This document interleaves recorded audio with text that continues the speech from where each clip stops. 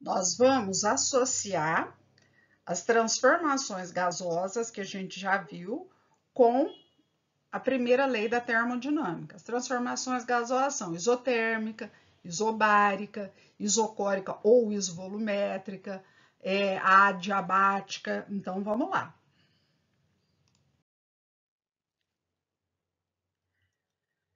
Então, vamos lá. Na aula passada, a gente viu essa expressão, ΔU, ΔQ menos trabalho, né?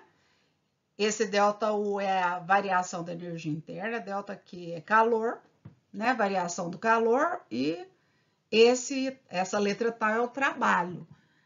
O ΔU, ele está associado à temperatura. Eu não disse que ele é temperatura, não, ele é variação de energia interna. Mas se a energia interna de um gás varia consequentemente a sua temperatura. Se um aumenta, o outro também. Então, existe uma ligação entre o ΔU e temperatura. Assim como há uma ligação entre trabalho e variação de volume, gente. Ele está ligado com questões de volume. Dá uma olhadinha nessa expressão que é das aulas anteriores também. Trabalho é igual a pressão vezes variação de volume. Toda vez que há um trabalho, ele vai empurrar um êmbolo para cima, para baixo, né? Vai haver contração, expansão do gás e varia o volume. Aí eu vou começar explicando, falando com vocês sobre a transformação que é isocórica. A transformação isocórica é aquela em que o volume fica constante, né? Ela é isovolumétrica também. Se o volume fica constante, na expressão da direita aqui, olha, essa expressão, não há variação de volume. O volume ficou constante. Então, é lógico que não há realização de trabalho, não empurra, não há movimentação do gás, não há expansão nem contração. Nesse caso, todo o calor é transformado em variação de energia interna, ou seja, aumenta a temperatura do gás. Todo o calor vai aumentar a temperatura do gás. Então, vamos pensar? Do lado aqui, eu tenho um exemplo que são aqueles fenômenos atmosféricos, é o Ninho, Laninha. Quem é aquecido? A água do oceano, ela vai ficando quente, né? E ela vai fazendo o que? Ela vai jogando calor no ar atmosférico, na atmosfera. Então, olha, a variação de calor vai fazendo o quê? Variar a energia interna das moléculas do gás. Qual gás? Do ar atmosférico. Então, a nossa atmosfera, o ar do planeta, ele aquece, certo? Então, esses fenômenos térmicos que têm acontecido são por conta de transformações isocóricas, né? Porque é um volume de ar tão grande que não tem nem sentido em falar em expansão, contração, não.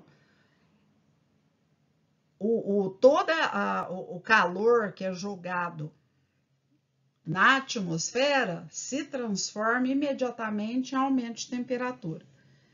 E a transformação isobárica? Isobárica, baros vem de pressão, né? Quando a pressão é constante.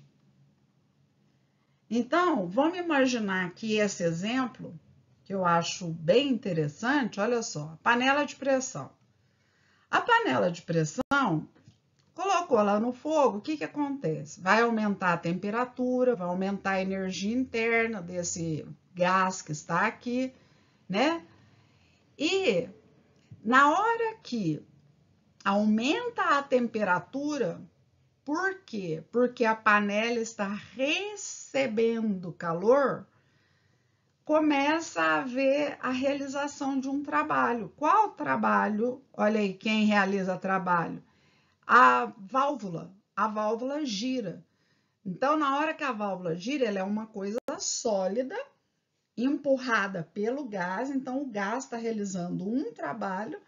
Esse trabalho poderia até ser utilizado para, sei lá, girar a partir do vapor. né? Então, o trabalho é realizado por quê? Porque há aumento de temperatura e porque, no caso, a panela aí está recebendo calor, certo? Então, a transformação isobárica associada a essa primeira lei da termodinâmica determina isso, né? Que o aquecimento vai ser de calor e realização desse trabalho é de girar o pino da panela de pressão, certo? Então, vamos lá. Seguinte.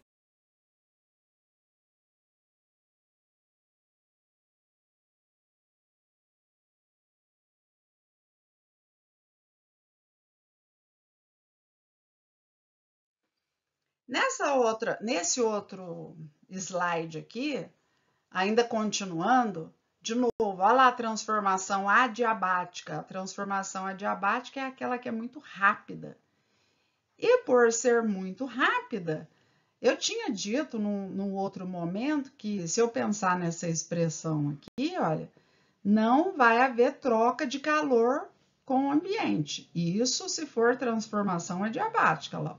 Não há troca de calor com o ambiente, porque é rápido. Então, toda a energia interna que está associada com temperatura vai provocar um trabalho de expansão ou compressão, né? Mas observem, já disse na outra aula que os sinais são diferentes. O ΔU, quando ele for positivo, o trabalho é negativo e vice-versa. Então, vamos olhar aqui embaixo, olha. Eu coloquei aqui dois exemplos, do jato, isso daí é um supersônico, e do spray, de uma latinha de spray. Só que nos dois casos, olha o que acontece. Eu já falei para vocês que se de um lado é positivo e do outro é negativo, se eu multiplicar por -1, eu posso ter o ΔU negativo e o trabalho positivo. Então, esse ΔU negativo, ele significa que esfria, né? Diminui a energia interna, esfria. E aí, há realização de trabalho. Quando é positivo, o volume aumenta, então há expansão. E é por isso que eu acho a física muito bonita, viu, gente? Eu acho lindo, lindo. Porque quando você aplica no dia a dia, você é capaz de entender algumas coisas. Olha no caso do jato. O jato, gente, na hora que é ligada à propulsão, que ele atinge a velocidade do som, né, que são 340 metros por segundo, são mais de 1000, é enorme essa velocidade, depois vocês multiplicam 340 por 3,6 para passar para quilômetro por hora, vocês vão ver que nessa velocidade espantosa, o que acontece? Ligou o propulsor, vai haver expansão dos gases, certo? Então, na hora que há essa expansão, olha lá, ó, dá até para a gente ver, o gás está expandindo. E ao expandir, vai haver um esfriamento muito rápido. Então, é como se fosse um sopro, tamanho gigante aí, ó, como se a boca da pessoa estivesse soprando, né? Expande o vapor e aí a temperatura diminui tanto que o vapor d'água vai condensar. Então, olha, isso daqui é vapor d'água condensado, certo? Ele condensa, né? Porque a gente sabe que quando está no estado gasoso, o vapor, as moléculas estão bem distantes, né? Bem distantes. Na hora que esfria, né? Esfria, essas moléculas se aproximam. Então, muda o estado físico.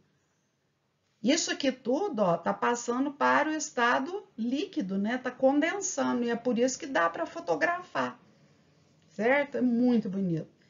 No caso da latinha de spray, se você jogar esse vapor fora, a expansão aí, ó, o trabalho positivo, a expansão, um monte de vapor para fora de uma vez, o que vai acontecer? O ΔU, ele vai ter que ser negativo. Então, a latinha, a pessoa está segurando a latinha, ela vai verificar que na hora que o gás vai saindo daqui, olha, a latinha, ela vai ficar muito fria, ela fica geladinha, certo? Sabe onde que acontece isso também? Botijão de gás. Então, quando tem assim, botijão de gás industrial, na hora que liga um monte de botijão de gás, assim, por exemplo, num lugar que faz muita comida, forma até pedra de gelo em volta do botijão de gás. Isso foi uma coisa que eu lembrei agora, certo? Eu poderia ter pego esse exemplo, mas eu esqueci. Botijões de gás, quando são usados em escala industrial, vai haver uma grande expansão, né? Vai ter que sair muito gás de uma vez, certo? Para poder acender um monte de chama de botijão. Nisso, e tudo muito rápido, é uma coisa rápida. Então, o que acontece? O botijão, igual essa latinha aqui, ó, ele esfria. Aí, e ele esfria tanto que em volta vão formando crostas de gelo. Então, onde faz comida de forma industrial e usa aquele monte de fogareiro aceso de uma vez, costuma juntar gelo em volta. Por isso que eu acho lindo esses assuntos, saber essas coisas. A transformação que é isotérmica é aquela em que a temperatura, né, gente, ela fica constante. Então, se a temperatura fica constante, vamos pensar naquela expressão que está lá em cima. Deixa eu escrever ela aqui embaixo, ó. ΔU, ΔQ, menos trabalho. Então, nessa expressão aqui, isotérmico, ΔU, que depende da temperatura, não vai ter, porque a temperatura é mantida constante. Então, o que fica? Olha, pega aí esse trabalho que está negativo, passa ele lá para o primeiro membro, aí a expressão, o trabalho é o ΔQ, ou seja, todo o calor que o corpo recebe, o gás, enfim, a substância recebe calor. E todo esse calor será convertido na realização de trabalho.